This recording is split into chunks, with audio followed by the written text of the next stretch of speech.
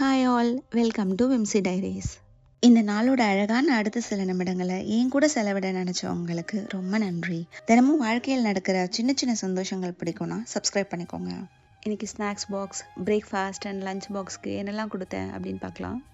இன்றைக்கி school ஸ்நாக்ஸ்க்கு sprouts தான் கொடுக்கலான்னு இருந்தேன். பட் அப்படியே கொடுத்தா சாப்பிட மாட்டாங்க. அதனால் கொஞ்சமாக நெய் ஆட் பண்ணி அது கூட ஒரு பிஞ்ச் மிளகாத்தூள், கொஞ்சம் உப்பு போட்டு 2 minutes வதக்கி எடுத்துக்கிட்டேன்.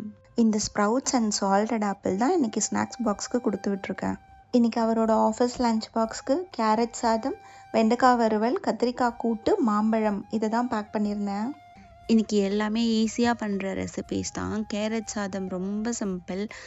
நீங்கள் தாளிச்சிட்டு வெங்காயம், பச்சை மிளகாய், கருவேப்பிலை, கேரட் போட்டு வதக்கிட்டு சாதம் போட்டு வதக்குனீங்கன்னா போதும். கடைசியாக கொத்தமல்லி தூவி இறக்குனா கேரட் சாதம் ரெடி.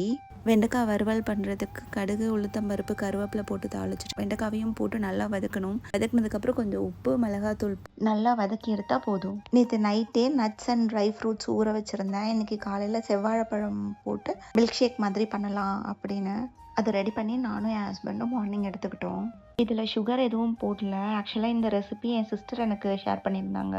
மார்னிங் பிரேக்ஃபாஸ்ட்டுக்கு சத்து மாவு கஞ்சி, கொஞ்சம் மாம்பழம், ஆப்பிள், ஸ்ப்ரவுட்ஸ் இது தான் எடுத்துக்கிட்டோம். கிச்சனில் ஒர்க்லாம் முடிச்சுட்டு மேலே போயிருந்தேன் டெரஸ்க்கு. தண்ணி ஊற்றலாம் செடிக்கலாம் அப்படின்னு. இன்னும் பன்னீர், ரோஸ், மல்லி இதெல்லாம் பூத்திருந்தது. தண்ணி ஊற்றிட்டு எல்லா ஃப்ளவர்ஸையும் பறிச்சுட்டு வந்துட்டேன். நான் ஒரு மணி பிளான்ட் வச்சுருக்கேன். அதோட லீவ்ஸ்லாம் பிளாக் கலரில் மாறிடுது. ஏன் இப்படி ஆகுதுன்னு எனக்கு சொல்லுங்கள்.